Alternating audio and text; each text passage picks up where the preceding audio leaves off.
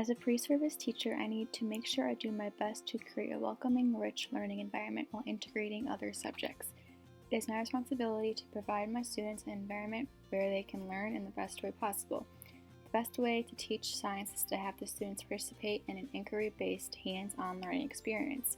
I created 3 learning experiences based off of these principles. I used data collected from a pre-assessment to guide my instruction. I analyzed the strengths and addressed misconceptions using the pre-assessment data. While analyzing the data, I realized I need to challenge the students to build their vocabulary. For each learning experience, it is also important that I create learning targets and driving questions that connect to standards and address the needs of my students. For these learning experiences, each student received an interactive science notebook that they recorded their findings in. The notebook will be titled Investigation Science Notebook. The students are going to be investigators during these learning experiences, enabling them to step into their roles to find a solution to a human problem by mimicking an animal structure. I will use explicit instruction to teach students how to record their learning in their notebooks. In the interactive science notebook, students will be writing down their findings and creating illustrations. Throughout the learning experiences, the students will have multiple different ways to show their learning. I use the interactive science notebooks as a method of continuous assessment by collecting them each day and checking the students' work. It is important that I do this so I'm able to check for misconceptions and understanding. One way I taught science in a meaningful way was by asking students to help me define key vocabulary.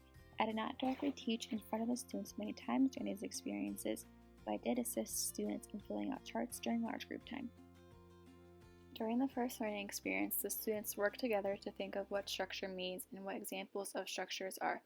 It would be much easier if I gave them the definition and examples, but instead the students worked together to create definitions and find examples on their own. I encourage the students during this time by providing positive feedback. Since I know that it is important to integrate other subjects into your learning, I incorporated literacy multiple times during these learning experiences. I had students do research in nonfiction and animal texts to help them better understand the topic.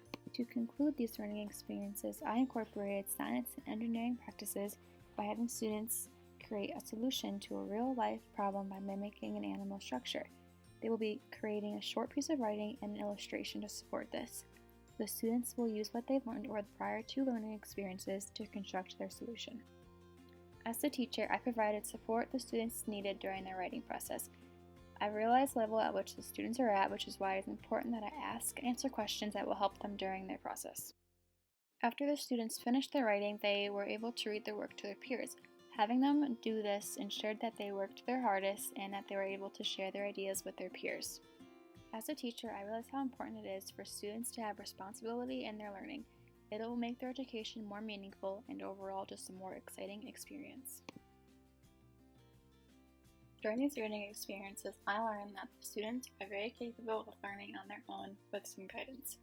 This type of teaching allows for the students to develop their own ideas and lets their creativity flourish. I will use these methods and principles in my future classroom.